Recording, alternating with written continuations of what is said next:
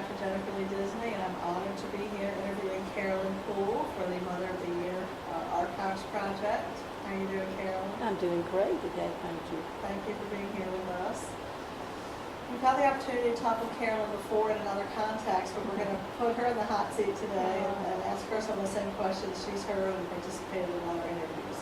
So Carolyn, let's start with, tell us when and where you were born and raised, and a little bit about your early childhood experiences. Well, I think I had a childhood of magic. I was born in Walterboro, South Carolina, in the Low Country, and I was the fourth child with 3 older brothers. And I'll have to tell you that most people don't know me as Carolyn. They know me as Boo, because my family I was always told, they felt so elated and overjoyed when I was born. My mother lived on a farm with my father, who was a farmer. He was educated at Clemson to be a farmer. And her father-in-law lived with her, and he was a retired attorney. And they ran the farm with tenant farmers and a large operation of cattle and timber. And she was really a fine matriarch and a wonderful homemaker. But I think she was lonely for a feminine part of her life, because she lived there with my father and 3 boys. And my oldest brother was 10 years old when they found out that they were expecting a 4th child. And she was a very active person in her home as well as the community, and she belonged to a little book club called the Tea and Topics in Walterboro, South Carolina. And they read books that were popular during the day. And one book that was read that year was called Time for Miss Boo. And it was a book portraying a family that was totally changed by the birth of a little girl, an older couple who thought they would never have children.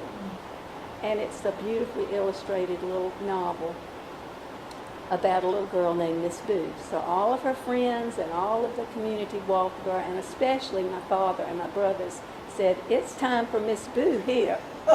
So they called me Miss Boo when I was a child, and then it was shortened to Boo.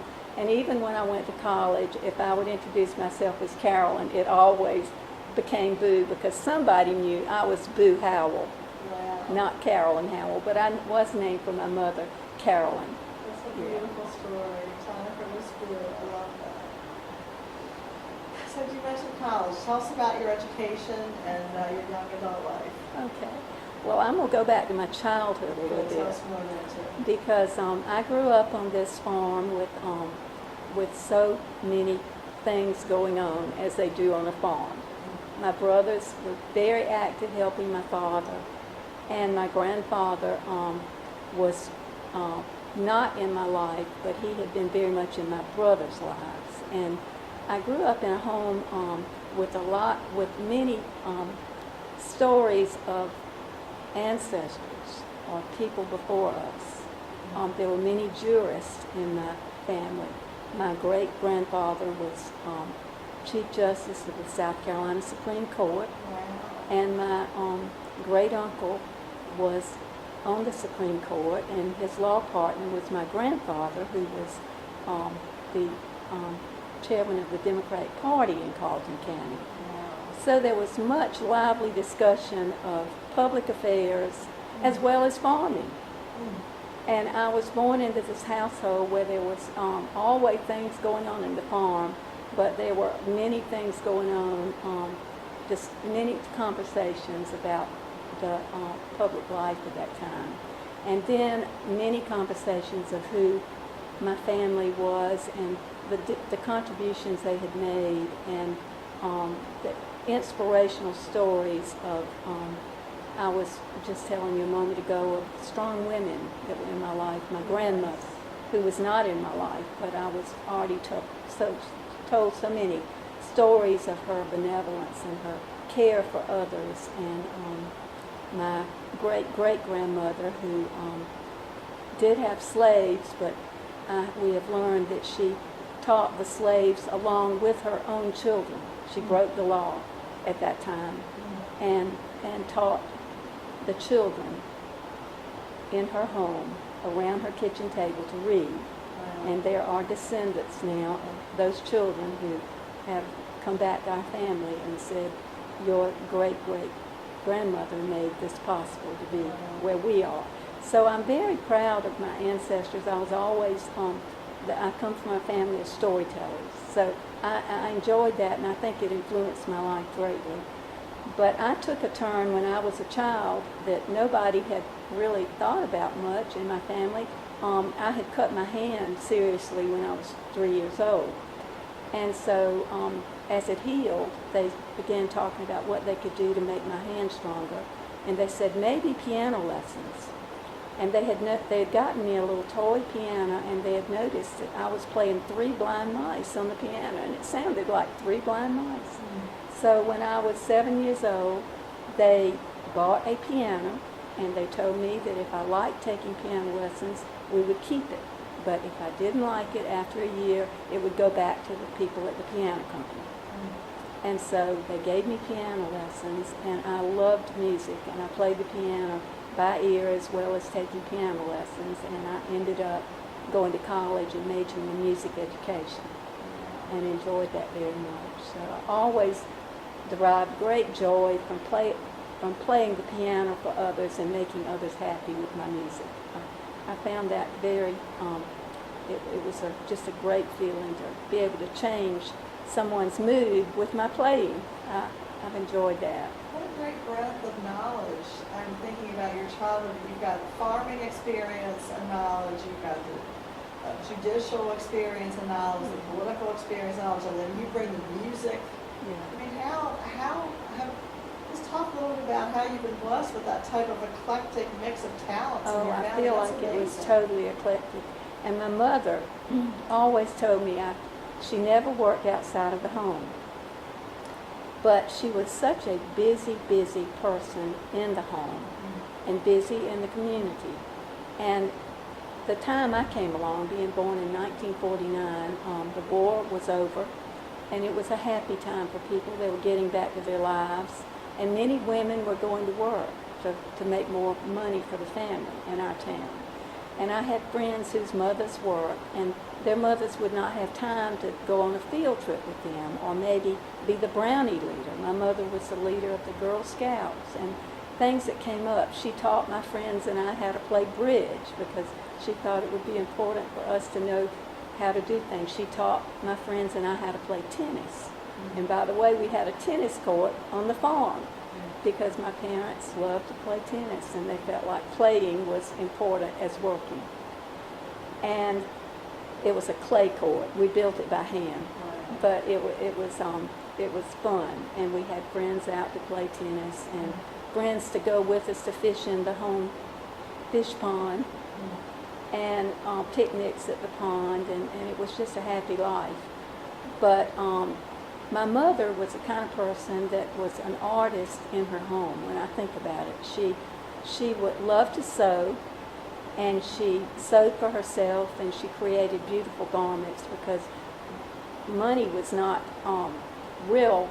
There was not a lot of money to do extra things with, and she enjoyed making beautiful clothes. She would go in a shop in Charleston and examine a beautiful garment, and then she would come home and make her pattern, and she would wear it beautifully. And she enjoyed cooking, and she enjoyed making up recipes, and she did have help in the kitchen because we had tenant farmers who helped, and she would teach them her recipes, and she taught many of them to cook that went on to be worked later in the food industry. And she was, I always remember fresh flowers in the house, and she loved to garden, and she would make arrangements, and there would always be something nice to look at on the mantelpiece or in the center of the table. So I feel like I did have an eclectic childhood with a forest fire maybe going on in one part of the one part of the woods that we had to run out, and my brothers were racing around trying to help Dad, and maybe the cows were in the garden in another neighborhood, in another area of the farm, and we had to go. I was never in that, but my brothers would run along with my father and help with all the animals and the properties and things that had to be done in a working farm. So my brothers say that my childhood was very different from theirs because I played the piano and I stayed with Mom. But in later years, I did follow my father everywhere I could and enjoyed his company. I learned to paddle the boat so that he could catch bass, and I wouldn't make a sound with my paddle. And so it was a great childhood. And you mentioned music education. Where did you go to college? I went to Columbia College, the same college that Janet went to. And I too loved it so much. What were your dreams, goals, and aspirations at that time in your life?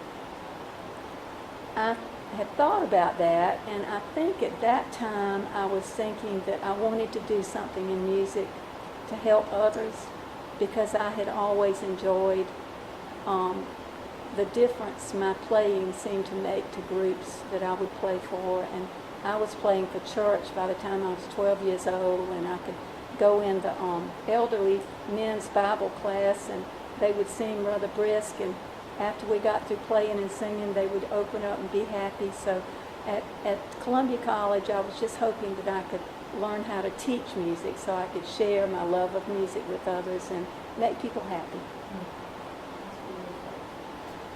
Tell us about how you met your husband. As Janet at Columbia College, we had the blind dating system. And so I met him through a blind date.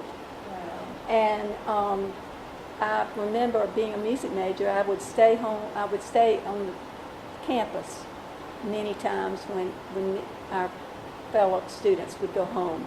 But we had to practice the piano or practice the organ. And so the music majors kind of hung out together. Mm-hmm. And so I was home one Saturday, in my dormitory room one Saturday when I got the word, somebody came in the room and said, I know a really nice boy from Denmark, South Carolina. Don't you have relatives in Denmark? Well, yes, I do. Well, they would probably know him. And he's looking for a date to go to the Duke USC football game. And I said, oh, I would love to go to a college football game. So that's our first date, was to a Duke University of South Carolina football game. He was a student there, and he was in his first year of law school. Mm-hmm. And so I enjoyed very much his company, and it just grew into a great love. Wonderful. Tell us about the early years of your marriage and of both of your children. Well, the early years of my marriage were very interesting, I feel, because we married as soon as I finished college, and he finished law school, and he was offered a position in a law firm in the small town of Barnwell. And it was a very well-known law firm, and the senior partner of the law firm was Representative Solomon Blott, who was the longest serving Speaker of the House, state Speaker of the House in South Carolina. He was Speaker Emeritus. And he had been in service for a long time when we joined the law firm. He was in his later years. And this small town, although it was small, there was a lot of activity, political activity in that small town, because the Senator Pro Tem, Mr. Edgar Brown, was also from Barnwell, South Carolina. And the two of them, they said, ran the state from the small state of Barnwell, South Carolina. It was during the time before the industrial Greenville became so prevalent, and things were more rural at that time. Right. And so I was 21 years old, and we joined this law firm, and I appreciated so much my mother's teaching and example in entertaining, because I was expected to be able to entertain and interact with people of all ages, mm-hmm. and go to functions with people of all ages and be myself and be comfortable and make others feel comfortable. And that's the way I had been reared. And I enjoyed very much the activity in Barnwell with the many friends that I met who were leaders and interested in South Carolina history and South Carolina's future. So it was interesting. Talk a little bit more about some of the activities you got involved in before and after your children. Okay, well, one thing I did, I taught piano lessons for many years until my children reached the age where they were needing me in the afternoons to take them around to their lessons. I taught piano lessons to children. I enjoyed that very much. I became very active in my church and the music of my church, and I was a choir director for 29 years in 2 different churches, and I was also an organist in 2 different churches. So I enjoyed that immensely, and that was my little break from being a mother. When I would have choir practice once a week, I would get involved in the music, and I love the people, working with people in music. So I feel very grateful that I had the talent to be able to pull all that together, and also be a mother who was available for my children when they needed me. So tell us about your children. Okay, I have a son who is a dentist and a daughter who is an attorney. And they were active little children who I always enjoyed playing with them as well as working with them. And they were raised in the country as I was. We moved out of town, and so they spent time running through the fields, jumping haystacks, and wading in the streams, and fishing in the fish ponds, and going to the ocean, and going to the river. And I feel that they had happy childhoods, playing a lot, and also learning to serve others. As so many times we took care of families who needed help, and in small towns when people needed food, or they needed just somebody to be there during sickness or bereavement, it was a great tradition that you were there for people when they needed you. And they saw a lot of that. In fact, sometimes when I'd be baking a cake, they'd come in and they'd say, "Mama, is somebody sick?" And I'd say, "No, you can have some." And it sounds like your mother was such a good role model growing up that you carried on a lot of her practices. Exactly. She was exactly that. She cared for others, and she always taught me that others first. And I just appreciate so much her many words of wisdom that come back to me daily. Well, this segues beautifully into my next question. What does motherhood mean to you? Motherhood, to me, is one of the most important roles that a woman plays, and it's a privilege to play that role. It's a role of setting an example, because children, what they see is so much more important and meaningful than what you tell them. So I hope that I set the example for them of participating, but mainly for thinking of others before themselves, and being a part of a team to work for good in anything that they're involved in.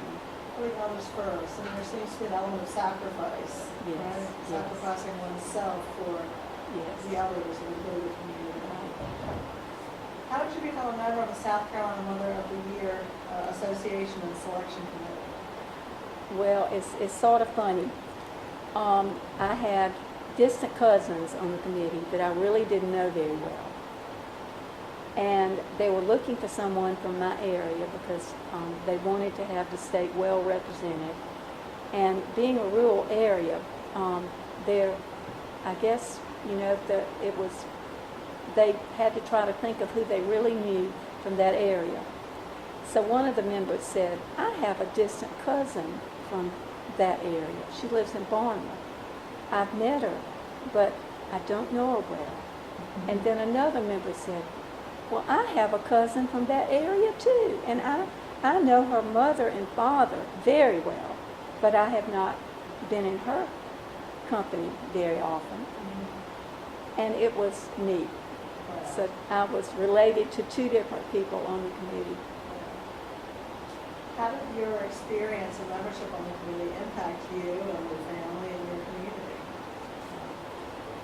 I feel like it's been one of the greatest blessings in my life because I've had the chance to observe the lifestyle of these very purposeful,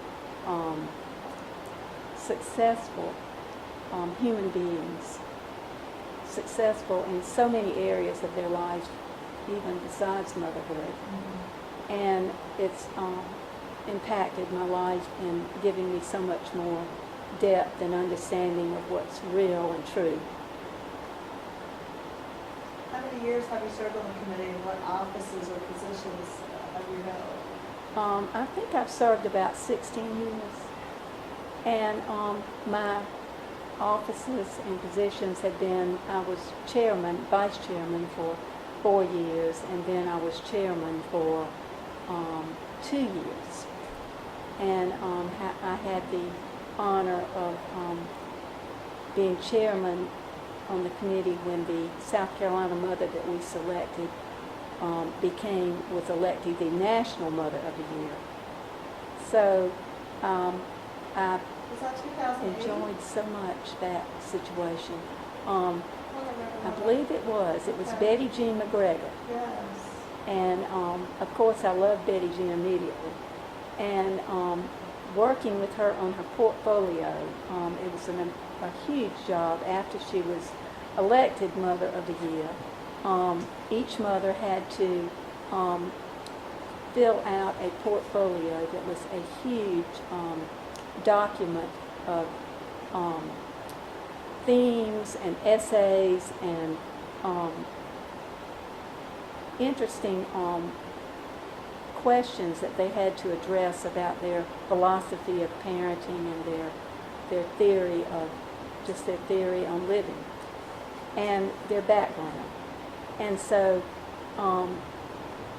part of the job of being chairman was to be sure that this mother that you had selected as South Carolina Mother of the Year was well informed on how to fill out these applications and documentation and have all that packet in by a certain time so that it could be reviewed by a national committee. And the national committee would then meet these mothers when they came to the convention of all the states, and they would use the portfolio that had been turned in earlier to select the National Mother of the Year, along with their interviews. Wow. So it was quite exciting when Betty called me, Betty's husband, Sam, called me, and he said, "Boo," he said, "we're still out here in Oregon at the convention. We had to stay an extra day. Betty Jean won the whole thing." I said, "My goodness, how exciting." So after that, the year went on with celebrations in our state for Betty Jean McGregor as being National Mother of the Year. That's wonderful. So I thoroughly enjoyed my time as chairman. It was especially meaningful during those years when I was able to work closely with Betty Jean McGregor and Annette Sutcliffe. Last question on that, or anything else you want to say? I'm just curious what it was like to be able to work with these women who were state mothers, national mothers, and taking them through that year of being honored. Tell us a little bit about anything you want to share about them or about that experience working with them. Well, one thing that struck me about each woman who was selected as Mother of the Year was their humility. They all felt like they were undeserving. And their activities. They were the busiest people I had ever known, as the many interests they had in the many organizations and contributions they had made in their community and were continuing to make. And so when they were selected as Mother of the Year, they had basically finished rearing their children, but they were very busy women still in all of the many tentacles they had and the major parts they played in their communities and their churches. So that struck me about the mothers, and that they all felt so humble about being selected that they were undeserving, but when you asked them about how they felt about their role as a mother, they knew exactly what they were, and how they had been totally involved with their children, as well as their communities, when the children were growing up. So it just struck me that they were such well-rounded, energetic, smart women. That's beautiful. It's such a testament